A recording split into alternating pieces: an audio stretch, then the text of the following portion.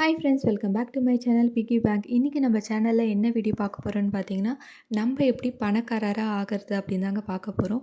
நம்ம வந்து நல்லா சம்பாதிக்கிறோம், உழைக்கிறோம், எவ்வளோ விஷயம் பண்ணுறோம். ஆனால் பணக்காரர்கள் மாதிரி இருக்க முடியலையே அப்படின்ட்டு நம்மள சில பேருக்கு ஒரு ஏக்கம் இருந்துகிட்டே இருக்கும்.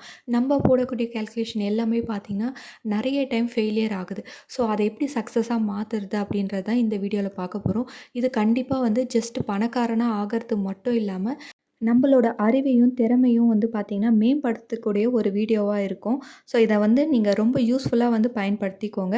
முதல்ல நம்ம பணக்காரரா ஆகணும் அப்படின்னு முடிவு பண்ணிட்டோம்னா, அவங்களோட சில விஷயங்கள நம்ம கடைப்பிடிக்கணும். அப்படி இல்லன்னா தெரிஞ்சுக்கணும். அப்படி தெரிஞ்சா மட்டும் தான் நம்மளால வந்து ஈஸியா வந்து லோ லெவல்ல இருந்து ஹை லெவலுக்கு க்ரோ ஆக முடியும் ஷார்ட் டைம்ல. ஸோ அது என்னலான்னு வந்துட்டு ஒன் பை ஒன்னா பார்க்கலாம். எல்லா பணக்காரர்களுக்கும் காமனா இருக்கக்கூடிய விஷயம் என்னன்னு பார்த்தீங்கன்னா, புத்தகங்கள் வந்து வாசிக்கிறது. நீங்க ஒரு பிசினஸ் மேன் கிட்ட போய் கேட்டு பாருங்க. உங்களோட ஹேபிட் என்ன அப்படின்னு சொல்லிட்டு, அவங்க உடனே சொல்லக்கூடிய ஒரு முதல் விஷயம் என்னன்னு பார்த்தீங்கன்னா, நான் வந்து புக் ரீடிங் வந்து படிப்பேன் அப்படின்னு சொல்லுவாங்க. புத்தகம் வாசிக்கிறதுனா ஜஸ்ட் வந்து ஏதோ ஒரு காமெடி புக்ஸோ, இல்ல ஒரு கவிதை படிக்கிறதோ கிடையாதுங்க. நம்மளோட திறனை மேம்படுத்தக்கூடிய மாதிரியான புத்தகங்கள தேடி தேடி படிக்கணும். ஸோ இந்த மாதிரி படிக்கிறது மூலியமா தான் அவங்களால வந்து நிறைய விஷயங்கள வந்து கத்துக்க முடியுது. ஜஸ்ட் வந்து ஒரு கவிதையோ, ஒரு காமெடியோ வந்து படிச்சுட்டு போறது வந்து சிரிக்கவும், ஒரு ரிலாக்ஸ்க்காக மட்டும் தான் இருக்கும். ஆனா வந்து நம்மளோட திறனை வந்து மேம்படுத்தணும் அப்படின்னா, நம்ம எங்க போய் தேட முடியும்? அதுக்கு சிறந்த வழி புக்ஸ் தான். ஸோ புக்ஸ் படிக்கிறத மட்டும் மிஸ் பண்ணாதீங்க. நம்மள சில பேருக்கு இந்த ஹேபிட் வந்து சுத்தமாவே இருக்காதுங்க. புக்ஸ் படிக்கணுமா? ஐய்யயோ! 2 பேஜ் படிச்சாலே நமக்கு வந்து அப்படியே டயர்ட் ஆயிடும். இல்லன்னா தூக்கம் வந்துரும். தூக்கி தூர வச்சுருவோம். ஆனா, அந்த மாரி தப்ப பண்ணவே பண்ணாதீங்க. இந்த மாரி புக்ஸ் எல்லாம் நம்ம எங்க போய் தேடணும் அப்படின்னு நீங்க ஃபீல் பண்ண தேவையில்ல. இதுக்கு தான் வந்து நமக்கு Amazon, Flipkart இந்த மாதிரி நெறைய வந்து ஆப்லலாம் வந்து பார்த்தீங்கன்னா, புக்ஸ் வந்து சேல் பண்றாங்க. இதெல்லாம் வந்து தமிழ்லயே இப்போ கிடைக்குது. முன்னெல்லாம் பார்த்தீங்கன்னா, இந்த மாரி செல்ஃப இம்ப்ரூவ் பண்ற மாரியான புக்ஸ் எல்லாம் பார்த்தீங்களா, அதிகமா வந்து இங்கிலீஷ்ல தான் இருக்கும். பட் இப்பலாம் வந்து ரொம்ப ஈஸியா தமிழ்லயே கிடைக்குது. நம்மளால ஈஸியா புரிஞ்சுக்கவும் முடியும். அதனால கண்டிப்பா மிஸ் பண்ணாம புக்க வாங்குற பழக்கத்த வந்து பயன்படுத்திக்கோங்க. புக்ஸ வந்து இதுக்கு போய் இவ்ளோ செலவு பண்ணணுமா அப்படின்னு மட்டும் நினைக்காதீங்க.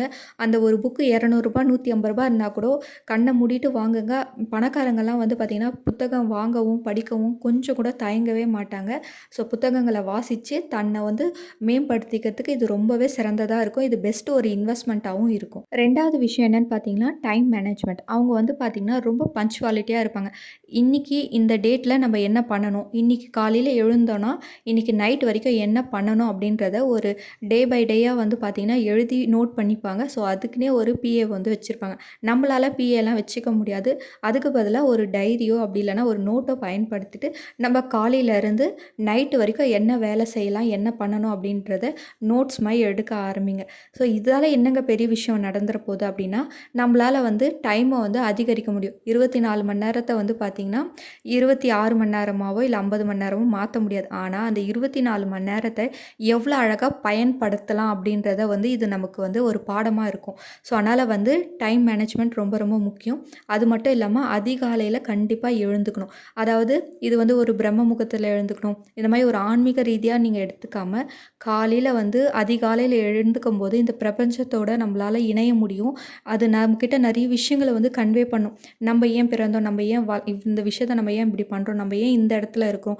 நம்ம அடுத்த இடத்துக்கு எப்படி போணும்? அப்படின்றதெல்லாம் அது அழகா நமக்கு வந்து நம்மகிட்ட பேசணும்னா ஒரு உருவமா வந்து பேசாதுங்க. அது ஒரு ஜஸ்ட் வந்து நம்ம மைண்டுக்குள்ள நிறைய விஷயங்கள் ஓட ஆரம்பிக்கும். நம்மளால வந்து காலையில வந்து யோசிக்கக்கூடிய விஷயம் எல்லாமே பார்த்தீங்கன்னா, நிறைய சக்ஸஸ்க்கு வந்து ஹெல்ப்ஃபுல்லா இருக்கும். அதனால வந்து அதிகாலையில எழுந்து ஒரு 10 நிமிஷம், 20 நிமிஷம் தியானமோ, இல்ல ஒரு அமைதியா ஒரு இடத்துல வந்து ரிலாக்ஸா உட்காந்து பாருங்க. அது வந்து ஒரு நேச்சுரலோட இருக்கிற மாதிரி. அதாவது செடிங்களோடையோ, இல்ல பறவைங்களோட சத்தத்தோடையோ, இல்ல மாடி மேலேயோ வந்து பார்த்தீங்கன்னா, ஒரு ரிலாக்ஸா இருந்தீங்கன்னா, கண்டிப்பா நம்ப வந்து என்ன செய்யணும், என்ன பண்ணணும் அப்படின்றதுக்கு ஒரு கிளாரிட்டி வந்து கண்டிப்பா இந்த உலகமே நமக்கு வந்து சொல்ல ஆரம்பிக்கும். 3வது விஷயம் என்னன்னு பார்த்தீங்கன்னா, அ ரிச் பீப்பிள் எல்லாருமே கண்டிப்பா வந்து தன்னை சுத்தி எல்லாமே பாசிட்டிவா இருக்கணும்னு நினைப்பாங்க. ஸோ, அதனால தான் அவங்களோட வீடு எல்லாமே பார்த்தீங்கன்னா, ரொம்ப கலர்ஃபுல்லாவோ, இல்ல ரொம்ப வைப்ரேட்டாவோ வச்சிருக்க மாட்டாங்க. ரொம்ப ப்ளசன்ட்டா ஒரு மாதிரி மைல்டா பேஸ்டல் கலர்ஸ் தான் மோஸ்ட்லி யூஸ் பண்ணுவாங்க. அப்படி இல்லன்னா நியூட்ரல் கலர் யூஸ் பண்ணி அவங்க வீட்ட வந்து பெயிண்ட் பண்ணியிருப்பாங்க. அது மட்டும் இல்லாம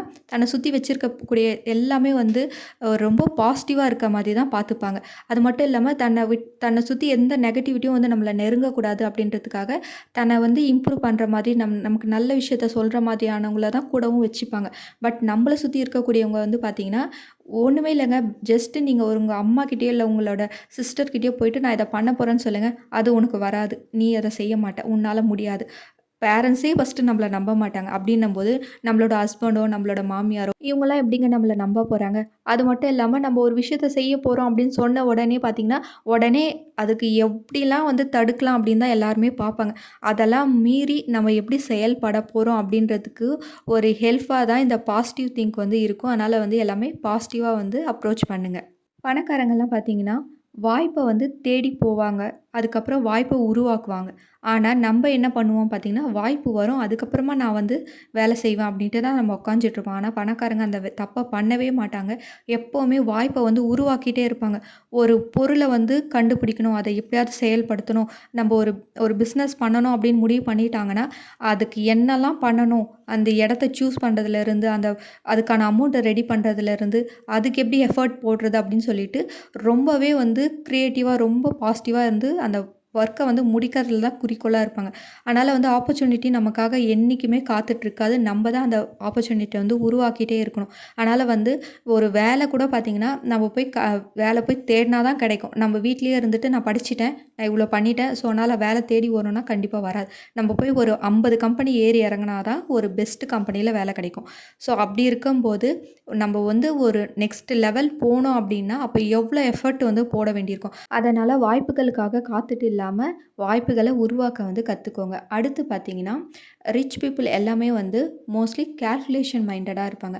அதாவது ஒரு விஷயத்த பண்ண போறோன்னா, அதுலருந்து நமக்கு எவ்வளோ ப்ராஃபிட் கிடைக்கும்? அதுலேருந்து நம்ம வேற என்ன பண்ணணும்? அப்படின்றதுல ரொம்ப கிளாரிட்டியா இருப்பாங்க. ஆனா, நம்மள சில பேர் என்ன பண்ணுவோம்னா, ஒரு விஷயத்த பண்ணிட்டோம். அது ஓகே. அது வரும். வந்தா வரட்டும், வராட்டி போட்டும். அப்படின்ற மாரி ஒரு கேர்லெஸ்ஸோட தான் இருப்போம். ஆனா, அவங்க அப்படி கிடையவே கிடையாது.